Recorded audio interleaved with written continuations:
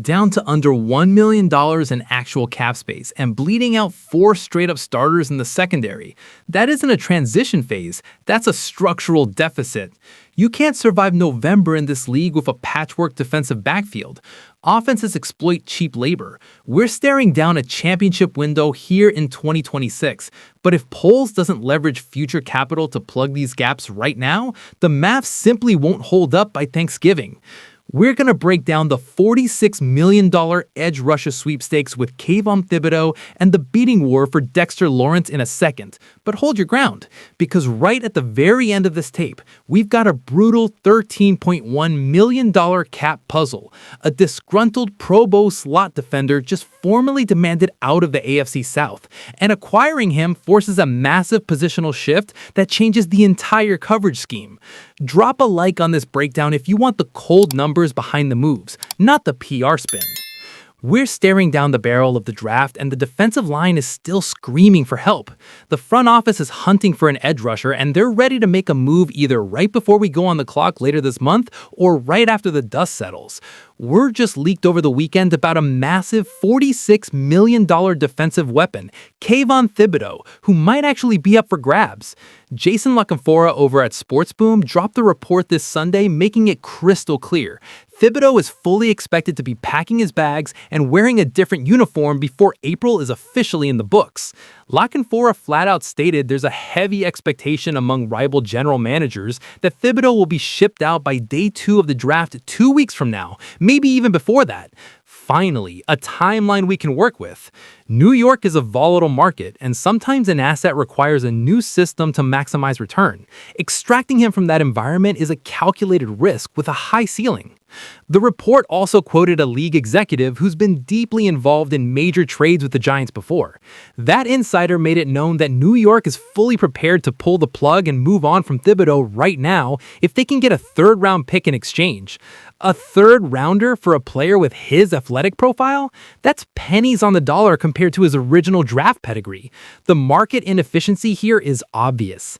This whole setup plays right into our hands, considering the Bears are sitting on 4 picks across the first 3 rounds, including that number 89 spot late in the 3rd. We could technically try to draft an edge rusher with our number 25 overall pick, but the reality is the Bears are probably going to find way better value at defensive tackle or safety in that specific slot. Reaching for a pass rusher at 25 based purely on need is how you end up absorbing dead money in 2 years. Leveraging a mid-round pick for Thibodeaux frees up that first rounder to acquire cost-controlled, day-1 starter talent at safety. Dan Graziano laid out the Giants' problem perfectly. He wrote that with guys like Brian Burns and Abdul Carter eating up snaps, New York has a total surplus of impact defensive linemen. Because of that logjam, Graziano thinks it's way more likely they'll dump Thibodeaux via trade rather than hand out a massive extension to their 2022 first-rounder right before his 5th-year option. Here are the hard numbers. The Giants already pulled the trigger on Thibodeaux's 5th-year option last spring, meaning he's owed a fully guaranteed $14.75 million for this 2026 season. Over the first 4 years of his rookie deal, he's banked $31.3 million, bringing his total haul to an absolutely massive $46 million. $14 million for 1 year is a heavy allocation, but you're paying for a 1-year evaluation period. If he produces, you restructure and extend. If the metrics drop, you let him walk in 2027. Zero dead cap liability. Ben Solak chimed in, breaking down the tape to point out that Thibodeaux creates lightning-fast pressures with great hand fighting and a brutal first step. The numbers are a wild roller coaster, though. He fell off a cliff with just 2.5 sacks last year, but we can't forget he put up 11.5 sacks in 2023. As Solak said, putting up those double-digit numbers proves he can stick around as a specialized pass rusher in this league for a long time. You evaluate based on the 2023 tape. Last year's Giants defense was a tactical failure across the board. Align him opposite Montez Sweat, isolate him in one-on-one matchups on 3rd down, and his pressure rate will stabilize. If you needed any more proof, Giants head coach John Harbaugh stood at the podium just last week and dropped the real truth bomb. When asked point blank about a trade possibility, Harbaugh said, "Everybody's tradable. Everybody." Kayvon Thibodeaux is the weapon the Bears need. Go Ryan Poles, bring him and let's win the Super Bowl. But pinning our ears back on the edge is only solving half the nightmare. If we don't plug the gaping hole right in the middle of the line, those edge rushers won't even have time to get home. Just pull up the tape from last year. The Bears got absolutely gashed on the ground, finishing with the 6th worst run defense in the entire league, and they haven't done a single thing this offseason to fix the bleeding. On top of getting run over, Chicago's begging for someone who can actually push the pocket from the inside. Gervon Dexter was literally the only guy on the interior who managed to scrape together more than 1.5 sacks, leaving the Bears tied for the 6th fewest total sacks in the NFL. You can't task a single young asset with the entire interior pressure package. Dexter drew consistent double teams. We need a zero tech capable of absorbing those blocks to alter the blocking arithmetic. The rumor mill's already spinning out of control on how to solve this. Christopher Knox over at Bleacher Report just dropped his list of blockbuster trade predictions, and he's got the Bears pulling off a massive deal to bring in New York Giants superstar defensive lineman Dexter Lawrence. Lawrence alters the entire defensive geometry. Inserting a nose tackle of his caliber completely shifts opposing blocking schemes and redefines the market. Knox laid out the exact blueprint for how this gets done. His proposal has the Chicago Bears packing up a 2026 4th-round pick along with a conditional 2027 3rd-rounder, shipping them off to New York in exchange for the 3-time Pro Bowler. He added that bringing in Lawrence would immediately beef up a run defense that got embarrassed, ranking 29th in yards per carry, and wake up a pass rush that barely scraped together 35 combined sacks. 35 total sacks and ranking 29th in yards per carry are terminal metrics for a playoff team. Dropping Lawrence into the A-gap corrects both of those statistical failures instantly. And here's why this isn't just a fantasy scenario. ESPN's Adam Schefter broke the news that Lawrence has officially demanded a trade out of New York because he's fed up with his money situation. The 2-time second-team All-Pro wants to get paid what he's worth, and he's been clashing with the Giants' front office for years, trying to hammer out a new deal without any luck.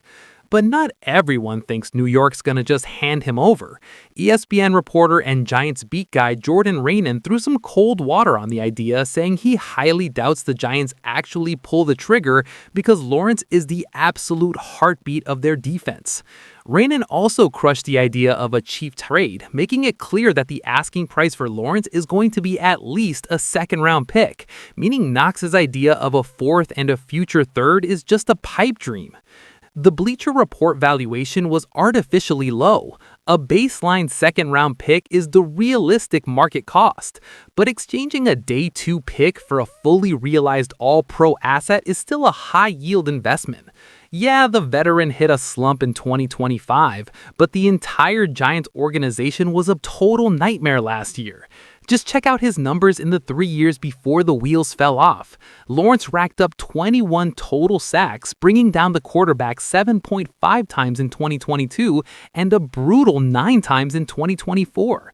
In that same window, his Pro Football Focus run defense grades were out of this world, posting an 81.9, an 89.5, and an 83.8, which ranked him 1st, 3rd, and 2nd among all interior linemen in the league. Those aren't just solid grades, they are apex performance indicators. Positioning the league's top-rated run defender at the zero tech instantly neutralizes interior rushing lanes. Dropping Lawrence inside would instantly toughen up Chicago's run defense, making the middle of the field a no-fly zone. Pairing a massive presence like Lawrence right next to Gervon Dexter would create a total nightmare scenario for opposing quarterbacks every time they drop back. This forces opposing lines into a mathematical deficit. If they allocate 2 blockers to Lawrence, Dexter receives an isolated matchup at the 3-tech. It's pure structural advantage. Building an absolute wall in the trenches is how you win in December, but it doesn't mean a damn thing if the back end of your defense is bleeding out. It's no secret we got absolutely gutted in the secondary this offseason. We just watched 4 straight-up starters walk out the door. Kevin Byard, Jaquan Brisker, Nahshon Wright, and C.J. Gardner-Johnson are all gone. With those specific guys cleaning out their lockers, the front office has got absolutely no choice but to start exploring every single avenue to inject some real talent back into that defensive backfield. Losing Brisker and Byard deletes significant tackling production and schematic IQ from the roster. You cannot mask a personnel deficit of that magnitude without catastrophic failures in November. One of the most intriguing options suddenly on the table is Indianapolis Colts veteran cornerback Kenny Moore II, who just formally requested a trade and the Colts already agreed to help ship him out. We're talking about a highly graded veteran who's been a staple in Indy since they brought him in back in 2017, eventually grinding his way to a hard-earned Pro Bowl selection in 2021. A veteran demanding an exit usually brings maximum urgency to his next contract year. Moore has anchored the Colts defense through severe organizational instability. That's a high-floor asset. The massive elephant in the room is the fact that the Chicago are completely handcuffed financially right now. We don't have the luxury of just writing blank checks anymore because we desperately need to manufacture some cap space just to keep the lights on. Right now, Chicago's sitting on under $1 million in actual spending money. Poles has executed efficiently, but operating with under $1 million in cap space during draft week restricts your leverage. Any acquisition now requires precise cap manipulation, specifically utilizing void years to distribute the new cap hit. Moore is an absolute Iron Man, boasting 111 career starts under his belt, but he's coming off a notably rough stretch. He managed just 55 tackles last year, hitting his absolute lowest production mark since his rookie campaign. The Colts actually benched him a bit, only letting him start in 7 of the 14 games he dressed for. His 55 tackle metric is a severe drop, but context is critical. The Colts' defensive structure was fundamentally compromised last season. A scheme change to Chicago's system is the exact variable needed to normalize his production. Bringing Moore to Chicago would give us the perfect piece to plug right into the slot. We've got Kyler Gordon holding down the nickel spot right now, but there's a ton of talk inside the building about shifting Gordon backward to play safety alongside Kobe Bryant. If that happens, you leave Tyreek Stevenson and Jalen Johnson locked in on the outside islands for the 2026 season, leaving the slot wide open. Repositioning Kyler Gordon to safety optimizes his tackling metrics. Inserting a hardened veteran into the nickel to manage the slot math stabilizes the entire secondary configuration. When you look at the actual trade compensation, Chicago probably wouldn't have to surrender anything more than a day 3 draft pick, which is an absolute steal. The tricky part's the money. He's heading into the final stretch of a 3-year, $30 million contract, carrying a brutal $13.1 million cap hit for 2026. The front office would absolutely have to sit down with him and hammer out a serious restructure. Liquidating a day 3 pick for a proven commodity is highly efficient. The $13.1 million cap allocation requires immediate restructuring, converting base salary to signing bonuses and extending void years. Poles possesses the accounting leverage to execute it. The reality is that Chicago's currently stuck in the mud with what they can actually pull off. But if they get a legitimate shot at pulling Kenny Moore II out of Indy and getting him to play ball on a new contract, it changes everything. Even if it's just a 1-year rental, grabbing Moore would be an incredible move to immediately fix a bleeding secondary. There is the target, Kenny Moore II. He processes route concepts instantly and executes against the run. If Poles can manipulate the ledger, Moore is the precise asset required to secure the current defensive window. Hit subscribe to monitor these contract restructures as they break. We're tracking every asset Poles acquires for 2026.